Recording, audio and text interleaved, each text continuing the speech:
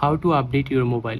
Keeping your mobile updated with the latest software is essential for optimal performance, security, and access to new features. Here's how to update your mobile phone. First of all, go ahead and open up your mobile settings. And guys, I want to say something to you. After watching this video, if you think this video is useful, then don't forget to like this video and subscribe to the channel. And now you scroll down until you find software update.